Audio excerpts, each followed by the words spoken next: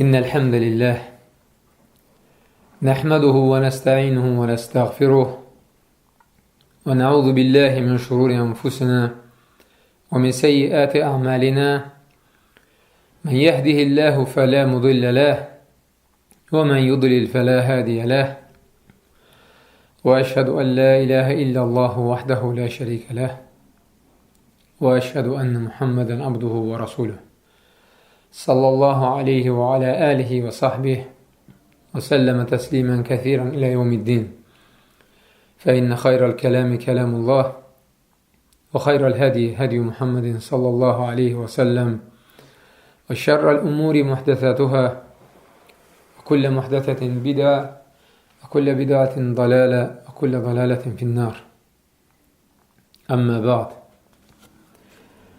Əziz qardaşlarım, həmişə olduğu kimi hamınıza, eləcə də özümə Allahdan qorxmağı və Peyğəmbərimiz sallallahu aleyhi və səlləmin yolunu tutub getməyi nəsiyyət edirəm.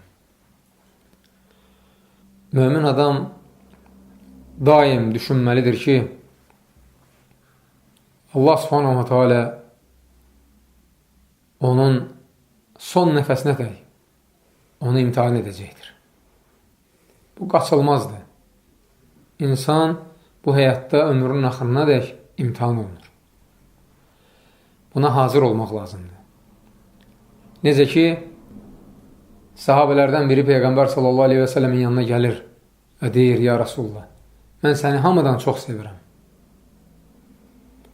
Peyğəmbər sallallahu aleyhi və səlləm də ona cavabında görün nə deyir. Elə isə başına gələcək müsibətlərə hazır ol.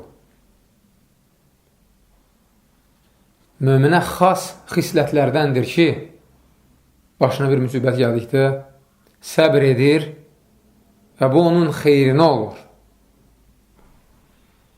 Bunun üçün, yəni başımıza müsibət gəldikdə səbr eləmək üçün onun yollarını öyrənməliyik.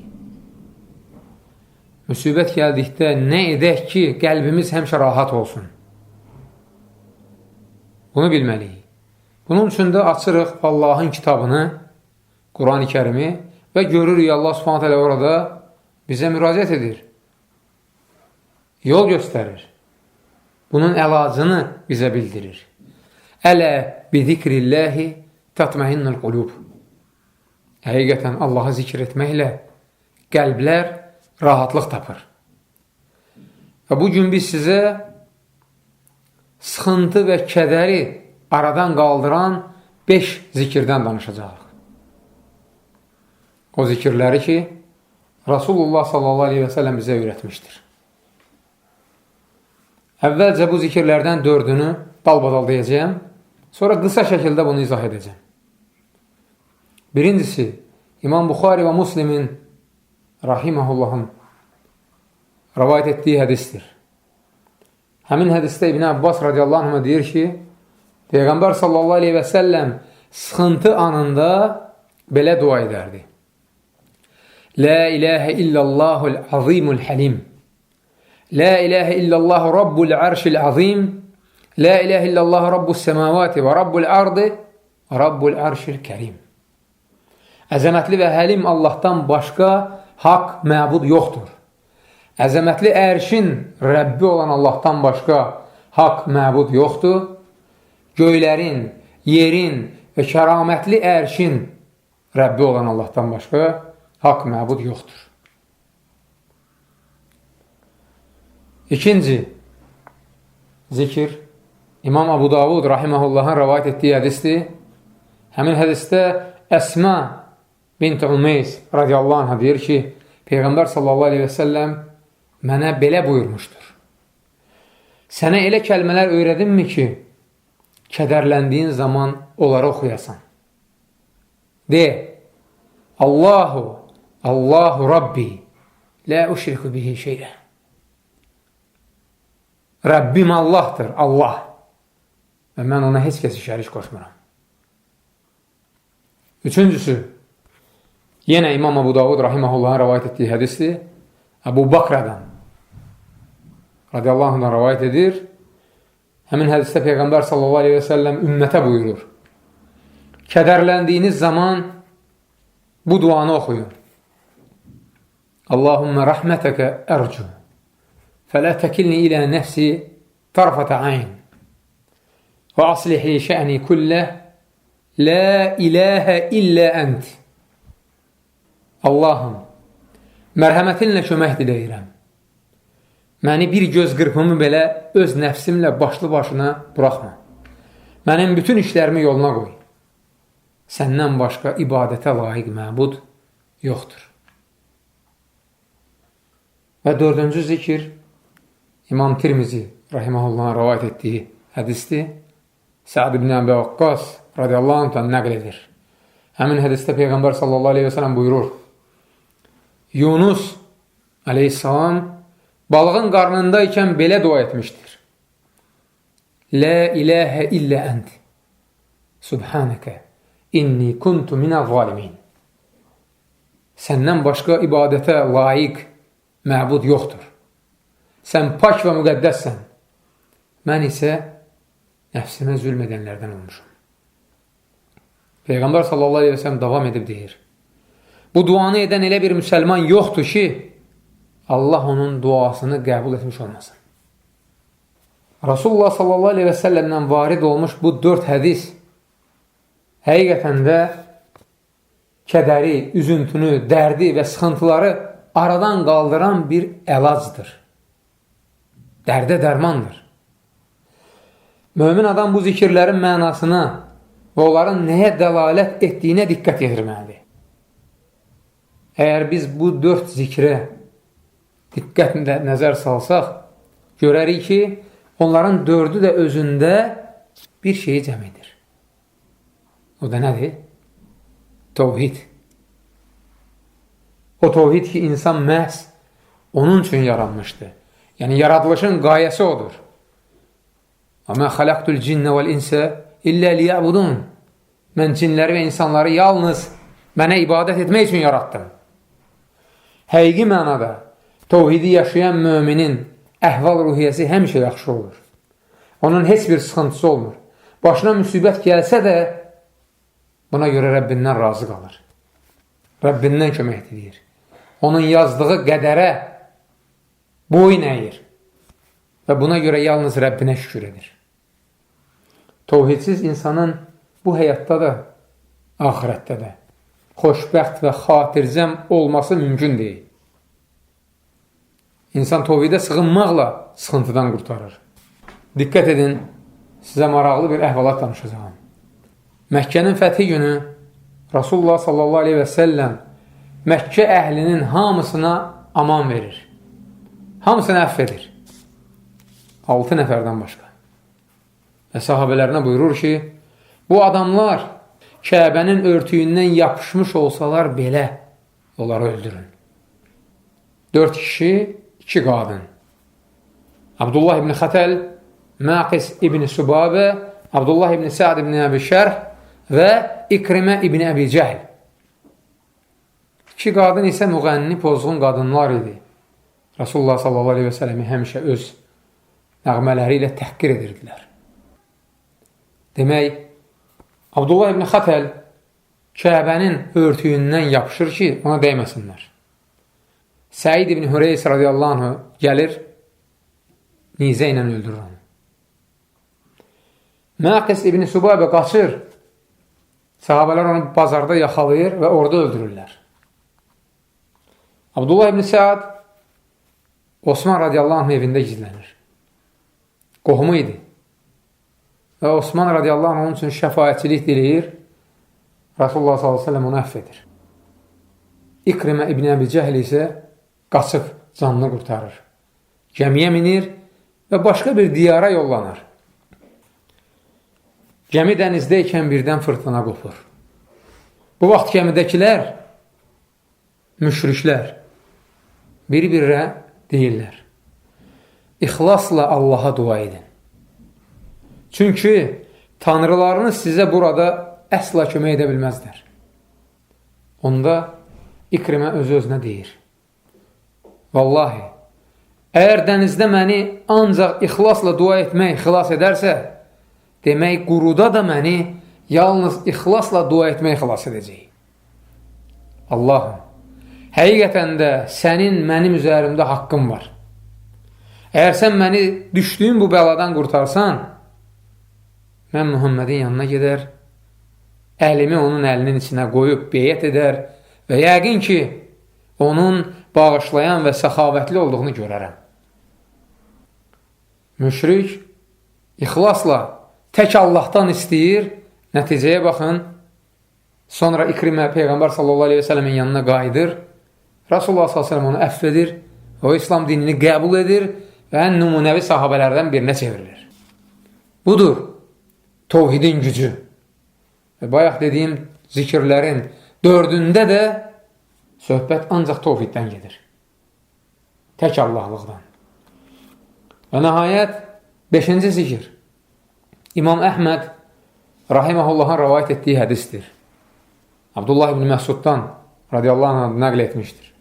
Həmin hədisdə Peyğəmbər sallallahu aleyhi və sələm buyurur, üzüntü və kədər içində olan kimsə dua edib, Allahümmə inni abduk, ibni abdik, ibni əmətik, nasiyyəti biyədik, madin fiyyə hukmuk, adlun fiyyə qadauk, əsəlükə bikulli ismin huvələk, səmməytə bihi nəfsək, əv ənzəltəhu fi kitabik, əv əlləmtəhu əhədən min xalqik, əv istəəthərtə bihi fi ilmi l-ğaybi indək, ən təcələ l-Qur'an rabiə qalbi, və nura sadri, və cələi huzni, və zəhəbi həmmi. Allahım, mən sənin qulunam, qulunun oğluyam, kənizinin oğluyam, məni idarə etmək sənin əlindədir. Barəmdə verdiyin hökm yerinə yetəndir. Mənə yazdığın tali ədalətlidir. Sənə özünə verdiyin və ya kitabında nazil etdiyin, yaxud yaratdıqlarından kiməsə öyrətdiyin, yaxud da öz yanında olan qeyb elmində saxladığın, özünə aid olan bütün adlarla yalvarıram. Yalvarıram ki, Qur'anı qəlbimin baharı və köksümün nuru et, üzüntümün aradan qalxması və kədərimin getməsi üçün səbəb et.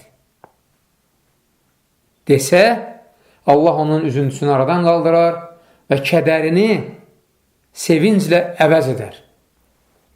Sahabələr dedilər, diqqət edin qardaşlar, əsas hədisin bu yeridir.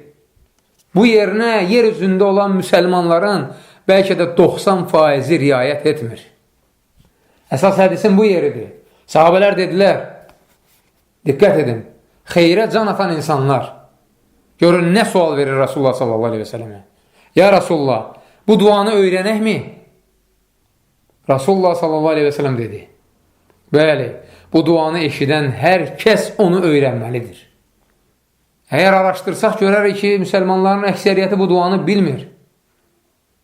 Bilənlər onun tələbini yerinə yetirmir. Ona əməl eləmir. Mənasını başa düşmür. Bu hədisdən aydın olur ki, hər bir möminə bu duanı əzbərləmək, onun mənasını başa düşmək, sonra da kədər və üzüntü anında onu oxumaq vacibdir. Bu duaya diqqət yetirsəniz görərsiniz ki, dua 4 qismə bölünür. Birincisi, duada Allahım, mən sənin qulunam, qulunun oğluyam, kənizinin oğluyam deməklə Allahın qulu olduğumuzu etiraf edirik. İkincisi, məni idarə etmək sənin əlindədir. Barəmdə verdiyin hökm yerinə yetəndir. Mənə yazdığın tali ədalətlidir deməklə Allahın qəza və qədərinə iman gətirdiyimizi etiraf edirik. Üçüncüsü, sənə özünə verdiyin və ya kitabında nazil etdiyin, yaxud yaratdıqlarından kiməsə öyrətdiyin, yaxud da öz yanında olan qeyb aləmində saxladığın, özünə aid olan hər bir adla yarvarıram. Deməklə, Allahın isim və sifətlərinə iman gətirdiyimizi, ha belə bu adlarla ona təvəssül etdiyimizi etiraf edirik. Və nəhayət dördüncüsü, Qur'anı qəlbimin baharı və köksümün nuru et, üzüntümün aradan qalxması və kədərimin getməsi üçün səbəb et. Deməklə, Allaha möhtac olduğumuzu etiraf edirik. Həqiqətən, qardaşlarım, Quran həm hidayət, həm də şəfa mənbəyidir. Allah Subhanahu Quran-ı Kərimdə buyurur, həqiqətən bu Quran insanları ən doğru yola yönəldir. O həmçinin buyurur, ey insanlar, Rəbbinizdən sizə bir öyüd nəsihət, kökslərdə olana bir şəfa, möminlərə doğru yol göstəricisi və mərhəmət gəlmişdir. Həmçinin bu xüsusda Peyğəmbər sallallahu aleyhi və sələm demişdir. Hər hansı bir cəmaat bir yerə yığışıb Allahın kitabını oxuyarsa, Allah Subhanahu taala tərəfindən onlara sükunət nazil olar. Mələklər onları əhatəyə alır. Rəhmət onları bürüyər və Allah Subhanahu wa taala onları öz yanındakilərin yanında adbaat zikr edər. Quran oxumaq həqiqi mənada insana şəfa verir. Canında olan xəstəliyi aradan qaldırır. Hədislərin birində Peyğəmbər sallallahu aleyhi və sələm buyurur ki, gecə namazını qılın. Həqiqətən o, sizdən əvvəlki salih insanların adətlərindən, Allaha yaxınlaşdıran vasitələrdən, pis əməllərdən çəkindirən, kiçik günahları silən və bədəndəki xəstəliyi aradan qaldıran amillərdəndir. Gecə namazını qılın, qardaşlar. Rəbbinizlə xəlvətə çəkilin və Rəbbinizin kəlamını oxuyun. Vallahi onun şirinliyini dadacaqsınız. Abdullah ibn Məsud radiyallahu anh deyir ki, şəfa verən iki şeydən, Qurandan və baldan istifadə edin. Doğrudur, bu kitab bizim üçün bir şəfadır. Lakin bir şeyi bilməlisiniz ki, Quranın sizə fayda verməsi üçün onunla əlaqəli 3 şərtə əməl eləməlisiniz. Quranı oxumalı, onu başa düşməli və onun tələblərini yerinə yetirməlisiniz. Əks təqdirdə bu mübarək kitab sizin lehinizə yox, əleyhinizə olacaq. Rasulullah sallallahu aleyhi və səlləm hədislərin birində buyurur ki, ən xeyirliniz Quranı öyrənən və onu başqalarına öyrədəninizdir. O həmçinin buyurur, bu Quran bir ipdir. Onun bir ucu Allahın əlində, digəri də sizin əlinizdədir. Ondan möhkəm yapışın. Siz ondan möhkəm tutduqca heç vaxt zəlalətə düşməz və əsla həlak olmazsınız. Həmçinin Abdullah ibn Məsud radiyallahu anh deyir ki, hər kim Allahı və onun rəsulunu sallallahu aleyhi və səlləmi sevdiyini bilmək istəyirsə, qoy baxsın. Əgər Quranı sevirsə, demək Allahı və onun rəsulunu sallallahu aleyhi və səlləmi də sevir. Həmçinin Ömər ibn Xattab radiyallahu anh'ın da bu xüsusda gözəl sözü var. Deyir ki, Quran oxuyanlar sizi aldatmasın. Bu sadəcə onun oxuduğu bir kəlamdır. Lakin siz ona əməl edənlərə diqqət yedirin. Və nəhayət, Həsən-ül Basri rahiməhullahın gözəl sözü. Deyir ki, bu Quranı kölələr də oxuyur, uşaqlar da. Onlar ona nə layiqincə əməl edir, nə də onun mənasını başa düşürlər. Doğrusu, Quran əhlindən olmaq üçün ancaq ona layiq əməl etmək lazımdır. Quranda buyurulanlar onun əməlində öz əksini tapmalıdır. Allah öz kitabında belə buyurur. Bu mübarək kitabı sənə nazil etdi ki, insanlar onun ayələrini düşünüb anlasınlar və ağıl sahibləri ondan ibrət götürsünlər. Quranın ayələrini anlayanlardan olmaq üçün isə ona əməl etmək gərəkdir. Saxtakar qarilərdən biri o birinə deyir ki, gəl sənə Quran oxuyum, dinlə. Vallahi əsl qarilər belə etməzdilər. Vallahi ki, bunlar nə qari, nə də zahiddirlər. Allah cəmaat arasında belələrinin sayını artırmasın. Həsən-ül Basri rahiməhullahın sözü burada tamamlanır.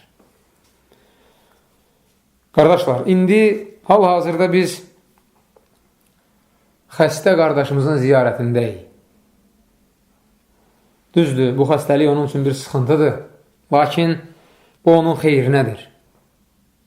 Və bu xüsusiyyət ancaq müsəlmana xasdır.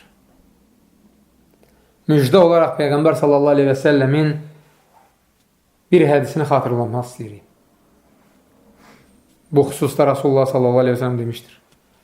Müsəlmana üz vermiş elə bir yorğunluq, elə bir naxoşluq, elə bir kədər, elə bir üzüntü, elə bir əziyyət, elə bir dərd, hətta ayağına batmış elə bir tikən yoxdur ki, onun sayəsində Allah həmin müsəlmanın günahlarını bağışlamasın. Yenə bir hədisdə Rasulullah sallallahu aleyhi və səlləm elə buyurmuşdur. Müminin işi çox qəribədir. Həqiqətən də onun hər bir işində xeyir vardır. Bu xüsusiyyət də yalnız möminə xasdır. Belə ki, ona xoş bir şey nəsib olduqda şükür edər. Bu onun xeyrinə olar. Başına bir müsibət gəldikdə də ona səbr edər. Bu da onun xeyrinə olar. Həmçinin, qardaşlar, sizə və eləcə də xəstə qardaş və bacılarını ziyarət edən hər bir müsəlmana müjdə olaraq Peyğəmbər sallallahu aleyhi və səlləmin bir hədisini xatırlatmaq istəyirəm. Həmin hədisdə Rasulullah sallallahu aleyhi və səlləm demişdir. Adam öz xəstə müsəlman qardaşına baş çəkdiyi zaman onun yanında oturduğu müddətcə cənnət xurfəsində, cənnətin bir yerə yığılmış meyvələri arasında oturmuş sayılar. Onun yanında oturduğu zaman rəhmət onu bürüyər. Gündüz vaxtı ona baş çəkərsə, 70.000 mələk axşama dək ona xeyir dua diləyər. Gecə vaxtı ona baş çəkərsə, 70.000 mələk səhərə dək ona xeyir dua diləyər. Odur ki, çalışın, mömin qardaş və bacılarınızla maraqlanasınız. Onların qeydinə qalasınız. Sonda bu xutbəni dinləyəcək mömin qardaş və bacılarımıza nəsiyyətimiz budur ki, bir-birləri ilə əlaqə saxlasınlar. Bir-birlərinin dərdinə şərik olsunlar. Bir-birlərindən xəbər tutsunlar. Bir-birlərinin qeydinə qalsınlar və sıxıntı içində olan mömin qardaş və bacılarına əl tutsunlar. Peyğəmbər sallallahu aleyhi və səlləm möminlərə əl tutan kimsəni müjdələyib demişdir. Kim qardaşının ehtiyacını ödəyərsə, Allah da onun ehtiyacını ödəyər. Kim bir müsəlmanı bir sıxıntıdan qurtararsa, Allah da onu qiyamət gününün sıxıntılarından birindən qurtarar. O həmçinin demişdir. Hər səhər insanlar yuxudan oyandıqda yer üzünə 2 mələk enir. Onlardan biri dua edib deyir. Allahım, malını sənin yolunda xərcləyən hər kəsə etdiyi yaxşılığın əvəzini ver. Digəri isə dua edib deyir. Allahım, xəsislik edən hər kəsi məhv elə. Həmçinin qüdsü hədislərin birində Peyğəmbərimiz sallallahu aleyhi və səlləm xəbər verir ki, uca Allah belə buyurur. Mənim xatirimə bir-birini sevənlərə mənim sevgim vacib oldu. Mənim xatirimə bir-biri ilə əlaqə saxlayanlara mənim sevgim vacib oldu. Mənim xatirimə bir-birinə nəsiyyət edənlərə mənim sevgim vacib oldu. Mənim xatirimə bir-birinə ziyarət edənlərə mənim sevgim vacib oldu. Mənim xatirimə bir-birinə yaxşılıq edənlərə mənim sevgim vacib oldu. Mənim xatirimə bir-birini sevənlər qiyamət günü nurdan olan minbərlər üzərində duracaqlar.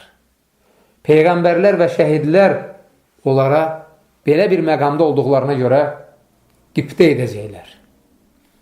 Nəhayət, qiyamət günü uca Allah belə buyuracaq. Hanı mənim xatirimə biri-birini sevənlər? Bugün öz kölgəmdən başqa heç bir kölgənin olmadığı bir gündə mən onları ərşin kölgəsi altında kölgələndirəcəyim. Hamımızın adından Allahdan onun gözəl adları və uca sifətləri ilə diləyirəm ki, bizi onun xatirinə biri-biri ilə əlaqə saxlayan, onun xatirinə bir-birinə nəsiyyət edən, onun xatirinə bir-birini ziyarət edən, onun xatirinə bir-birinə yaxşılıq edən və onun xatirinə biri-birini sevən kimsələrdən etsin. Və bunun sayəsində bizi sevdiyi qullarının cərgəsinə daxil etsin. Üstəlik bizə qiyamət günü nurdan olan minbərlər üzərində duran və kölgə altında kölgələnəcək kimsələrdən olmağı nəsib eləsin. Ya Əhədus Saməd, Ya Hayyu Ya Qayyum, Ya Mucibud Dəvat, Ya Allah, Allahümmə aslih lənə dinənə ləzi huvə ismətü əmrinə və aslih lənə dünyənə ləti fiyhə məaşunə və aslih lənə əxirətənə ləti fiyhə məadunə və cəlil həyətə ziyadətən lənə fi kulli xeyr və-l-məvtə rahətən lənə min kulli şər. Allahümmə innə nəsəlükə fi'ləl xayrət və tərkəl münkərət və hubbəl məsəkin və ən təğfirə lənə və tərhəmənə və izə əradtə fitnətə qavmin fətəvəffənə qeyrə məftunin və nəsəlükə hubbək və hubbə mən yuhibbuk və hubbə əməlin yuqarribunə ilə hubbik. Allahümmə əlif beynə qulubinə və aslih zətə beynina واهدنا سبل السلام ونجنا من الظلمات إلى النور وجنبنا الفواحش ما ظهر منها وما بطن وبارك لنا في أسماعنا وأبصارنا وقلوبنا وأزواجنا وذرياتنا وتب علينا إنك أنت التواب الرحيم وجعلنا شاكرين لنعمك مثنين بها عليك قابلين لها وأتمها علينا. سبحانك اللهم وبحمدك أشهد أن لا إله إلا أنت أستغفرك وأتوب إليك.